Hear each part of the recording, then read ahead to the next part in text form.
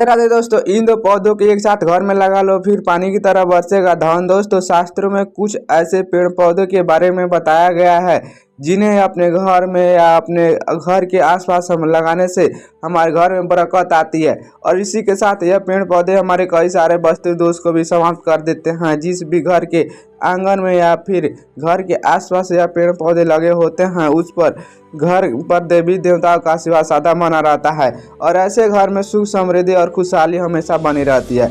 इसी के साथ आज हम आपको यह भी बताने वाले हैं कि वास्तुशास्त्र किन पेड़ पौधों को घर में लगाने से मना किया गया है। इन पेड़ पौधों को घर में होना बहुत अशुभ माना जाता है। यह पेड़ पौधे हमारे घर में कलेश को बढ़ावा देते हैं और हमारे घर के रिश्तों में दरार डाल देते हैं। इनकी वजह से हमारे घर में आर्थिक दिक्कतों का भी हमें सामना करना पड़ता है और आपके शत्रु बढ़ने लगेंगे और आप समाज में अपना सामान खो बैठेंगे। इसे लेकर आप भी जाने अनजाने में इन पेड़ पौधों को अपने आंगन में लगा लेते हैं, तो इन्हें जल्दी से जल्दी घर के आंगन से हटा दे। तो आइए सबसे पहले जानते हैं कौन से हैं वो पेड़ पौधे जिन्हें अपने घर के आंगन या घर के आसपास लगाना बेहद ही शुभ माना जाता है। लेकिन उससे पहले अगर आप हमारे चैनल पे माता लक्ष्मी का आशीर्वाद आप सदा पर बने रहे तो इस वीडियो को लाइक करके चैनल को सब्सक्राइब कर दीजिए और बेल आइकन को प्रेस कर दीजिए। कमेंट में जय माता जी जय माँ लक्ष्मी लिखकर अपनी हाजिरी अवश्य लगाएं। नंबर 1, अशोक का वृक्ष। दोस्तों, पुराणों में यह बताया गया है, बात लिखी हुई है कि अशोक के वृक्ष पर अप्सराओं का भी वास होता है। ऐसी मान्यता है कि वृक्ष शोक और निराशा और जीवन के सभी परेशानियों को समाप्त कर देता है। अगर आप अशोक के वृक्ष को अपने घर के आसपास या किसी भी स्थान पर लगाते हैं तो इससे आपके घर के सदस्यों के बीच में हमेशा सुख शांति बनी रहेगी और समाज में आपका मान सम्मान बढ़ेगा। अशोक का पेड़ हमेशा शीतलता और खुशी प्रदान करता है। पुराणों के अनुसार जब रावण ने माता सीता को अपहरण कर लिया था और उन्हें लंका में रखा था तो माता सीता वहां अशोक वाटिका में थी और अशोक वृक्ष के नीचे माता सीता की सेवा की थी। इसी वजह से देवी सीता ने अशोक के पेड़ को यह वरदान दे दिया था कि जिस भी जगह अशोक का वृक्ष लगा हुआ होगा वहां पर सदैव मेरा निवास रहेगा और उसे घर में धन की कोई कमी नहीं रहेगी। जिस घर के आसपास अशोक का वृक्ष होता है उसे घर पर सदैव कृपा बनी रहती है। नंबर 2, पीपल का पेड़। दोस्तों, आपके एक छोटा सा पीपल का पेड़ कहीं से लेना है तो फिर आप इसे किसी गमले बूटे की दुकान से भी खरीद ला सकते हैं। इसके बाद आपको पीपल के पेड़ के किसी जलाशय के नज़दीक यानी किसी छोटे से तालाब के नज़दीक लगा देना है। ऐसा करने से आपको सैकड़ों यज्ञ के समान फल की प्राप्ति होती है।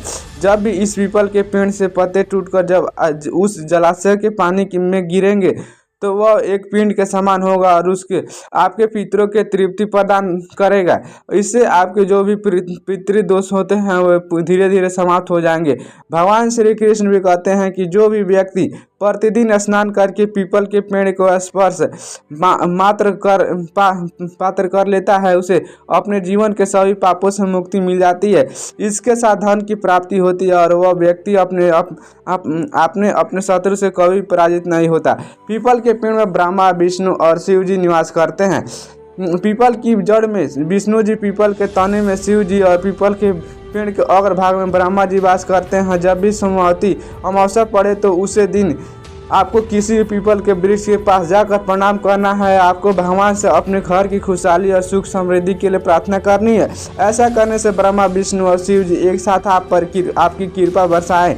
इससे आपको 1000 गुना दान के बराबर के फल की प्राप्ति होती है। शास्त्रों में बताया गया है कि पीपल के पेड़ से ज़्यादा शक्तिशाली पेड़ इस धरती पर दूसरा कोई भी नहीं, क्योंकि पीपल के वृक्ष में साक्षात श्री हरि का वास होता है। इसलिए भूलकर भी आपको पीपल के पेड़ को नुकसान नहीं पहुंचाना है और ना ही पीपल के पेड़ की टहनियों को तोड़ना है।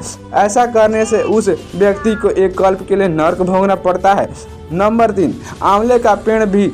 कृष्ण कहते हैं कि आंवले का पेड़ सभी लोगों को प्रसिद्ध आंवले का बेहद पवित्र माना जाता है। अगर आप आंवले का पेड़ अपने आंगन में या फिर अपने घर के आसपास कहीं पर लगाते हैं तो इससे आपको जन्म और मृत्यु के बंधन से मुक्त हो जाते हैं। प्रतिदिन आंवला खाने से आपकी आयु बढ़ती है। इसी के साथ इसका जल पीने से शरीर के सभी रोगों का नाश होता है। अगर आप आंवले का जल में मिलाकर उसे जल से स्नान करते हैं तो इससे आपकी दलिता खत्म हो जाती है। आपको धन दौलत की प्राप्ति होती है। जिन घर में आंवले हमेशा मौजूद रहते हैं उनके घर में कभी भी बुरी शक्तियाँ प्रवेश नहीं कर पाती। एकादशी वाले दिन अगर आपको आंवला मिल जाता है तो आपको सभी तीर्थ से भी बढ़कर फल प्रदान करता है। जो भी व्यक्ति अपने बालों में आंवला लगाता है उनकी मृत्यु होने के बाद भी वह दोबारा इस धरती पर मनुष्य के रूप में जन्म लेते हैं।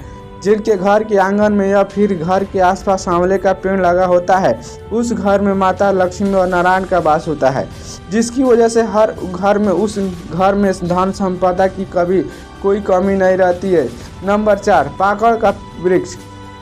पुराणों में पाकड़ के वृक्ष को लेकर बहुत से बातें बताई गई है। पुराणों में यह बताया गया है कि जो भी व्यक्ति पाकड़ का वृक्ष को लगाता है उसे महाजग करने के समान फल की प्राप्ति होती है।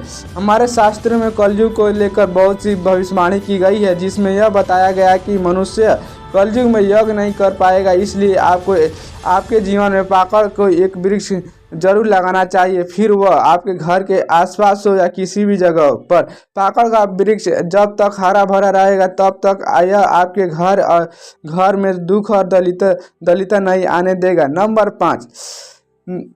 नंबर 5 नियम वृक्ष पंग। पुराण में ऐसा बताया गया है, जो भी व्यक्ति अपने जीवन में एक भी नियम का वृक्ष लगाता है सूर्य देव उसे प्रसन्न रहते हैं। अगर आप नियम के पेड़ को अपने घर के आसपास कहीं पर भी लगाते हैं तो आपको कई रोगों से मुक्ति मिलती है। इसके साथ ही यह पेड़ आपको आयु भी प्रदान करता है।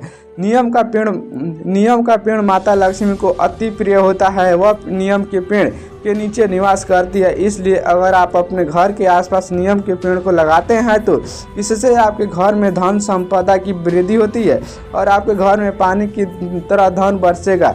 नंबर 6, जामुन का पेड़। अगर आप भी यह चाहते हैं कि आपके घर में एक कन्या के रूप में साक्षात माता लक्ष्मी जन्म ले तो आप अपने घर के आसपास जामुन का पेड़ लगा सकते हैं। पग पुराण में यह लिखा हुआ है कि जो भी व्यक्ति अपने घर के आसपास जामुन का पेड़ लगाता है तो उसके घर में कन्या का जन्म होता है, जो आपके गौरव को बढ़ाती है। कन्याओं का माता लक्ष्मी का स्वरूप माना जाता है, जिससे आपके घर में कभी भी धन की कोई कमी नहीं रह जाएगी और माता लक्ष्मी आपसे प्रसन्न होंगी।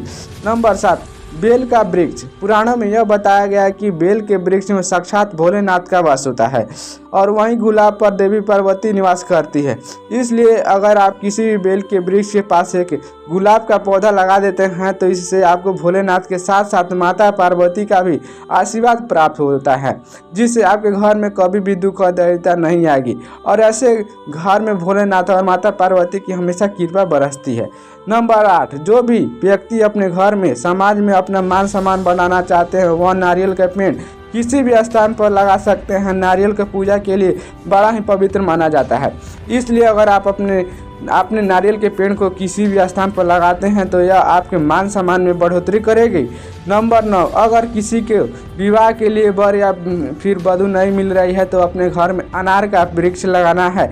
इससे उस व्यक्ति के जीवन में चल रहे विवाहिक संबंधी सभी बाधाएं खत्म हो जाएगी। नंबर 10, अंगोल का पेड़ लगाने से आपके वंश की वृद्धि होती है, आपको संतान सुख की प्राप्ति होती है। अगर किसी को संतान सुख नहीं मिल रहा है तो उसे अपने घर के आसपास अंगोल का पेड़ लगाना चाहिए, इससे उसे संतान सुख की प्राप्ति होगी। लेकिन दोस्तों इसके अलावा आपको अपने घर के आसपास भूलकर भी ताड़ का वृक्ष बिल्कुल भी नहीं लगाना है, क्योंकि ताड़ का वृक्ष संतान का नाश करने वाला होता है। इससे घर में रहे संतानों की उन्नति नहीं होती है। दोस्तों यह तमाम जानकारी जन रुचि को ध्यान में रखकर दी जा रही है। वास्तु शास्त्र के उपाय को अपनी आस्था और विश्वास पर आजमाए। वीडियो का उद्देश्य सिर्फ आपको बेहतर सलाह देना। इस संदर्भ में आपको यह काल्पनिक वीडियो आपको बनाया गया है ताकि आपको लाइफ में कुछ अच्छा कर सकते हैं, आप अपने जीवन को आगे बढ़ा सकते हैं। तो दोस्तों यह वीडियो आपको कैसे लगी, अच्छी लगी तो प्लीज़ वीडियो को लाइक और चैनल को सब्सक्राइब कीजिए, क्योंकि दोस्तों हमारे चैनल पर ऐसे ही वास्तु शास्त्र से जुड़ी आपको घटनाएं पूरा आपको जो भी जीवन में आपको मिलने वाली पूरी आपको कहानी इस चैनल के साथ मिलती रहेगी। तो प्लीज़ आप सबसे रिक्वेस्ट है कि चैनल के साथ जुड़ जाइए, क्योंकि हमारे चैनल पर ऐसी वीडियो मिलती है और आगे मिलती रहेगी। तो चलेगा आज की इस वीडियो में इतना ही, और आपको वीडियो अच्छी लगी तो प्लीज़ वीडियो को लाइक कीजिए और कमेंट में जय माता लक्ष्मी जरूर लिखिए। दोस्तों राधे राधे दोस्तों, जय हिंद।